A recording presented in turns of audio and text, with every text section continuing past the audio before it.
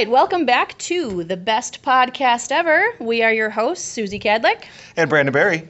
And today we are going to be talking about one of those major rites of passage in every teenager's life. Brandon, what are we talking about today? We're going to talk about your driver's license. That's right. Basically, it's the rite of passage because it means freedom. Nobody has to actually drive you around anymore. Right, that responsibility that comes with getting your driver's license, just really opens up all kinds of doors, all kinds of possibilities. And I think, Brandon, wouldn't you agree that it's safe to say that it's really a monumental moment for most people? Yeah, especially for us rural folks here in Somerset, Wisconsin. Right? It's definitely the only way you're getting around, so it's monumental for any of us out here in the rural areas. Right. I think that one of the reasons it's such a solid memory in my high school and teenage experience is because I failed. I failed my driver's test the first time, and it was terrible. I went into it thinking that I was going to get my driver's license, and everybody was expecting me to get my driver's license, and I failed. And I will never forget coming back to softball practice, and we were getting dressed to go out for softball, and I hadn't said anything, and my best friend, Alicia, suddenly realized, oh yeah, you got your license. And so she said to me, Susie, let me see it. And I looked at her and I said, shut up. And she said, let me see it. And I looked at her and I said, I didn't get it. Shut up. And she thought I was joking, and she kept asking me, and so I got mad, and I turned to her and I said, shut up! And at this point, the whole softball team was looking, and I had to tell them that I did not get my driver's license, and I was mortified, and she felt terrible. And again, you think that the world is ending because you don't have your license. And same experience here, exactly. I remember it. I remember the entire thing, and I remember exactly the point I failed too. I was turning right onto a one-way street lined with cars, and then we went to turn left off the one-way street. Well, technically there's two lanes on that one-way street. Well, I couldn't turn into the other lane because there was cars there, so I ended up turning from the technical right lane, and he said, pull over. I pulled right over. He said, well, you failed, and we had to drive back. It was awful. So he told you right away? Right away. Pulled right over, and you failed, you're done. Okay, we're going back to the DMV. And I was mortified too, because it took another month to reschedule, and it's one more month of not doing anything. People are going to have to drive me around some more. It was awful. I had to finish mine. I didn't know that I failed. The driver, or what do you call him? I don't even know, the proctor. Yeah, sure. Took me out on this 4-lane highway in Eau Claire, and I had not been out on a road like that. It was brand new. And you're from a smaller than Somerset. Yeah. I graduated with 32, Pepin High School. Woohoo!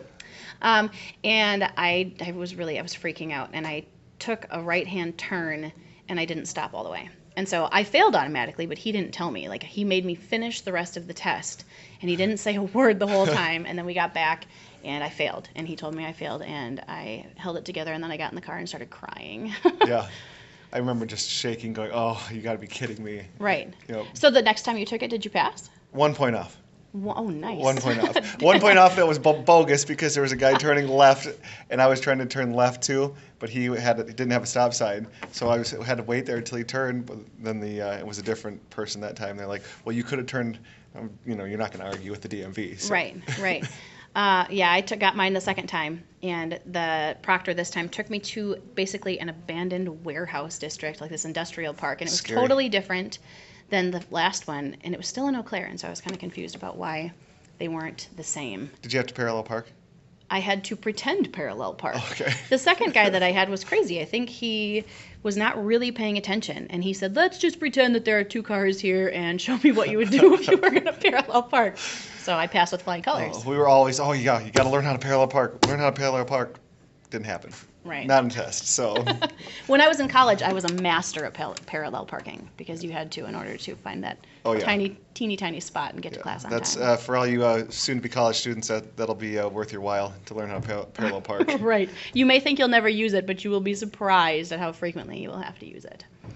So, okay, Brandon, you get your driver's license, you pass. Did you get a car right away? Yes and no. It was my dad's car. He had an '84 Plymouth Duster, very crappy would be a good word to put it. Putting it nicely. There wasn't much to it, no frills, but he had it for a little while. But I got to drive it around pretty much whenever I wanted to. It wasn't necessarily my car Okay. at that point. How about you? My first car was a 1989 Ford Taurus station wagon. It was huge, and it used to belong to my parents, and my sister drove it before me, and then I got it. By the time I got it, it was supposed to have a digital dashboard, but it didn't light up. And because none of the dashboard stuff worked, the radio didn't work. And so I have distinct memories of having a boombox in the car. Yes. And that was long before the days of cell phones and iPads and iPods and all of those musical devices. And so we had this massive boombox, and we had to have a constant supply of double D batteries Same. and Yep. CDs. And no radio either. It was out, put it in the back, and I think I spent more on batteries than I did gas. Right. The only door that worked from the inside was the one behind the driver's seat. And so in order to get out, I would have to roll my window down, reach my hand out, open the door. And I mean, yeah, it was a hunk of junk. Sure. But it was a boat. And because it was a hunk of junk, we beat the snot out of that thing. Yeah. And whenever we went anywhere, we were always in that car. I crammed all of my friends in. We would go to sporting events. We would go to practice. What's your record of people in the car at one time?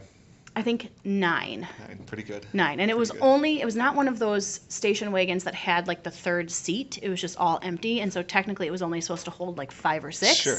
And I think we had 9 or 10 because we had people laying in the back, which was so unsafe. Oh, yeah. Because if somebody were to rear end us, like they would have been dead. It's the same back when we were kids, too. We didn't have to have seatbelts on. I remember laying in the back seat of the car on family trips, stuff like that. So we did the same thing. I mean, it was a hatchback, and they had a fold-down back seat. We actually jammed 4 people in the back when we put the seat down, so we had 6 in there. With the tiny 4-liter, or the 4-cylinder engine, it did not go anywhere fast. Right. But I think, for me, and I think about this with my own kids, I think there's some value in having a car that's not pristine. Yes. Because it's still your car. You're excited to get it no matter what it is because, again, like you mentioned, it brings us the idea of freedom and responsibility, but there's also a lot less pressure with a car that's not brand new, that's not, straight off the lot, and somebody scratches it, you're not Right, freaking out. You're right. like, oh, okay, it's a crappy car anyway. Right. And maybe that was not a good thing in my case because we got into a lot of trouble in that car. Yeah. And we did really beat on it. I have one just dumb story that we did, and we didn't realize it was dumb until after we did it. For some reason, one of my friends decided we were going to throw the tow hook out the window as we were driving. Okay. Wait, why was there a tow hook inside the car? I don't remember. Okay. We had a big tow hook with a line, and I don't remember. Maybe we were towing somebody. All I remember is he was throwing it out the window. And think about this: you're throwing a tow hook out the window into a ditch as you're driving 55 miles an hour. Okay, lots of bad things could happen. We didn't think about this. So at one point he had it wrapped around his hand, and luckily it came unwrapped around his hand because about a minute later it actually wrapped around the tire. It didn't hook on anything in the ditch, which it absolutely could have, but it wrapped around the tire and got wrapped around the axle and ripped out of his hand. So he could have lost an arm on that. Goodness. Yeah, just stupidity. With that freedom, you don't think about things as easily or as thoroughly as you maybe would have. Right. So, Brandon, I know that we can't be the only people who have stories like this. I mean, I know we're not the only people who have stories like this. So, who do we have with us here? Carolyn Spurl and Aaron Formella are in with us today for a little story time on their first cars and driver's license. So, my name is Carolyn Spurl, and I got my license when I was 16, but I did not get it the first time. And my mother had always tried really hard to reinforce the fact that I could get a bad grade and it would be okay, which I did not believe. And I was so upset because it was my first time failing something. And she was like, remember, it's okay. This is a life lesson. I have told you and told you that it's okay. And it's still okay. And you can work at it and get it again. So that was actually a really good learning experience for me. Would you agree that at the time that you, I'm going to talk about that you didn't get your license, that it felt like it was the end of the world? Yes, very much. I did summer's driver's ed, and because I had a full class load all year, and I did feel like I did not get a lot out of it because there were kids who weren't as academic minded, who knew how to drive, and didn't really know how to do a lot of other things. But they were like, well, yeah, of course, you do this and this. And I was like, okay, you know how to do this, but I don't. And they made me feel really stupid for not knowing how to do this, whereas I was like, I can't even stand sitting next to you in this hot place where you're making all these terrible decisions that are very apparent from the state of you right now. Oh gosh, and it was just a weird experience. So you're implying that students were not making good decisions when they were coming into driver's ed. Did the teacher ever do anything about it? And it was like so many kids. It was a super hot auditorium because they didn't turn on the air for some reason. And the teacher was up on stage. So if you're sitting next to someone, you can smell everything. And the teacher, at the time, the teacher seemed kind of clueless. I don't know how clueless the teacher actually was. But well, I suppose if you're sitting in an auditorium with a room full of people, why would you know? Why would you know? Why would you have any inkling? Mm-hmm. Okay, so you fail the first time. Mm-hmm. You eventually get your license. Mm-hmm. Do you have any specific memories about like your first car or something that you did when you got your license? Mm. What was your first car? My first car was Ford Taurus. Woo-hoo. Mine was a Ford Taurus. Was yours a station wagon or a sedan? I don't know. You would know if you had a station wagon. So not a station wagon. It was my neighbor's old car, and basically the only thing I really remember is I got my car a lot later than a lot of other people did because I may have even graduated high school, so I had always depended on other people who had much nicer cars than I did. And I do remember I was like, yeah, well, you have nicer cars, but I paid money for mine. Like, I raised half. My parents were like, we'll match you half. So I was like, you know what? You got this nice car handed to you. I worked for mine. Whatever. Because apparently I was a snot, so. Hi, I'm Mrs. Kramer, and I have a story that happened about a week after I got my license. So I was driving one of my friends home from swim practice, and I was super excited to be able to take her home in my own car, and I strolled through a yellow light. And then sure enough, a couple seconds later, a cop put on his lights and pulled me over, and I was freaking out. So we go through the whole motions. He ends up giving me just a warning, telling me to drive safe, and I drop my friend off, and then I go home. So then when my parents got home... Were you thinking you were kind of home free at this point? I mean... No. No, okay. No. I am a person who definitely thinks a lot about, like, who's going to know and, like, what's going to happen to me. And, yeah. So I went home, and my parents get home, and they're making dinner, and they're, like, asking us about our day. And I'm just like, oh, shoot. He asked me how my day went today. He knows. He knows that I got pulled over by the cop, and I was going to totally try and play it off like nothing had happened. And so we start going through this one-sided conversation where I'm like, Dad, I know you know. He's like, Erin, I don't know anything. I'm like, but I know you know. And then my stepmom chimes in. She's like, what are you talking about? I'm like, I know you know. And then they just keep going, and we eat dinner, and then later... And you didn't tell them? Like, they didn't push into this at all? No, and then they kept... We kept going and ate dinner, and I was like, come on, guys. Like, I know you know. And, like, my heart is just, like, pounding outside my chest, and, like, I'm, like, sweating and shaking. And then I'm, like, even starting to shake right now thinking about it. And then I'm like, Dad, come on. I know you know. He's like, Aaron, like, I don't understand what's going on right now. And then all of a sudden, I just feel all the emotions in my body start coming out, and I start bawling.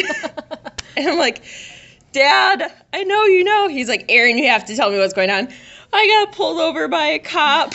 I'm like, didn't they call you? He's like, no, Aaron. What'd you get pulled over for? Going through a yellow light. Was he mad?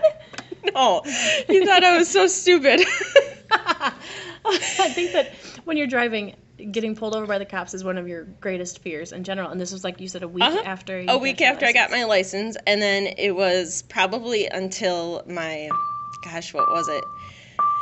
My junior year of college, where every time I saw a cop, I had that heart-pounding feeling, like skipped a beat, and I just got so nervous. Because then I got pulled over again my junior year, and he basically told me that my car was a piece of crap. I think really this begs the question, why?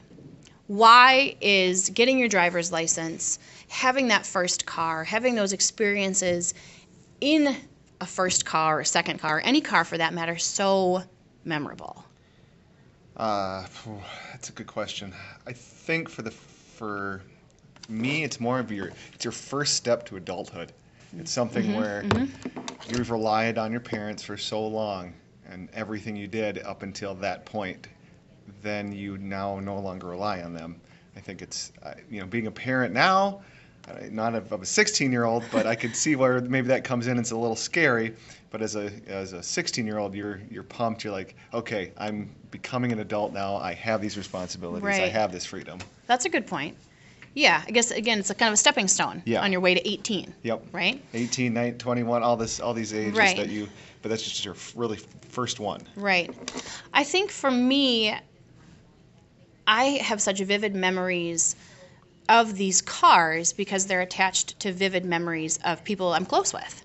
The memories that I have most strongly in my mind are connected to my best friends from high school, my best experiences in high school, my good friends in college. And to me, it's, getting a car is really an adventure. And you're in a car, when you're in a car, you're going somewhere. You're going on an adventure. And so I think that that's why so many things are very strongly remembered in my mind because of what they're connected to. Yep. And gas was pretty cheap back when we were kids, so you Right. could have an adventure for a long time. That's true. So do you remember when the world was going to end in 2000? Oh yeah. And Planes were gonna fall from the sky. Yes, blah, blah, blah. yes, Y2K. Yep. And I remember driving home, and there was a line of cars at the gas station, about 6 deep on each pump, because gas was 98 cents a gallon. I remember 89 and cents. everyone was 89 was 89, I remember 89. 89 where you yeah, were? Yep. Yeah. Either way, it was under $1, Yeah. and everyone was panicking, thinking that the world was going to end, and they had to fill up with gas before it did. Yep. And I remember waiting for the clock to hit midnight, and nothing happened. Yeah, it's crazy. All those weird memories like that are really tied to your cars because they're either tied to friends and the great experiences you had.